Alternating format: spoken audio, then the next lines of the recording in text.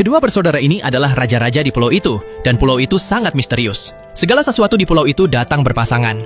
Bahkan matahari pun ada dua. Dahulu kala, kedua bersaudara itu pergi melihat seekor ikan. Namun tiba-tiba, mereka diterpa badai.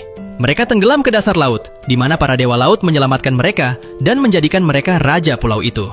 Namun, para dewa memerintahkan bahwa mereka tidak boleh saling bertemu lagi. Dan untuk tinggal di pulau itu, mereka harus memiliki anak kembar. Pulau itu tidak mengizinkan apapun ada sendirian. Apapun yang ditemukan sendirian akan dilemparkan ke ngarai. Namun pada hari ini, Raja Merah merasa ngeri saat menemukan bahwa ratunya hanya melahirkan satu putri. Raja sangat terkejut.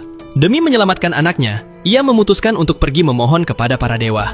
Sepanjang jalan, semua yang dilihatnya mengingatkannya bahwa memiliki hanya satu anak adalah salah. Ketika akhirnya ia mencapai kuil, ia meletakkan putrinya di atas daun di altar. Ia lalu mengambil batu safir, menggambar-gambar anak itu di atasnya, dan berdoa kepada para dewa dengan sepenuh hati, menunggu keajaiban. Tiba-tiba, batu safir itu berubah menjadi seorang gadis, dan raja sangat bahagia. Namun, ia tidak sengaja menjatuhkan kristal itu. Tanah mulai retak, dan patung-patung itu hidup. Yang lebih menakutkan lagi, para dewa memerintahkan raja untuk segera melemparkan anak itu ke ngarai.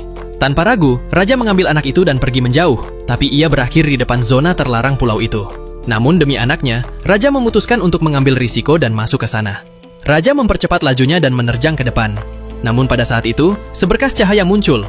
Ketika ia sadar kembali, ia melihat seorang anak laki-laki di depannya. Raja mengamati sekeliling dengan saksama dan menyadari bahwa ia telah jatuh dari jembatan. Ketika ia mendongak, ia melihat Raja Biru. Ternyata Raja Biru juga memiliki seorang putra tanpa pasangan kembar pada hari yang sama. Kedua bersaudara itu tidak percaya mereka saling bertemu lagi, tapi para dewa dengan cepat menyusul. Pada saat itu, Raja melihat jimat di lehernya. Mereka menyatukan jimat-jimat itu, dan seberkas cahaya muncul. Laut mulai bergolak dengan gelombang besar, dan pulau itu benar-benar menyatu menjadi satu. Kedua raja terdampar ke tanah, dan para dewa terhempas oleh energi yang luar biasa. Ketika langit mulai terang, hanya ada satu matahari di angkasa. Kedua bersaudara itu memutuskan untuk memerintah kerajaan bersama-sama. Raja Merah membuang mahkotanya, tapi Raja Biru tiba-tiba berubah pikiran. Dan mereka mulai bertengkar lagi.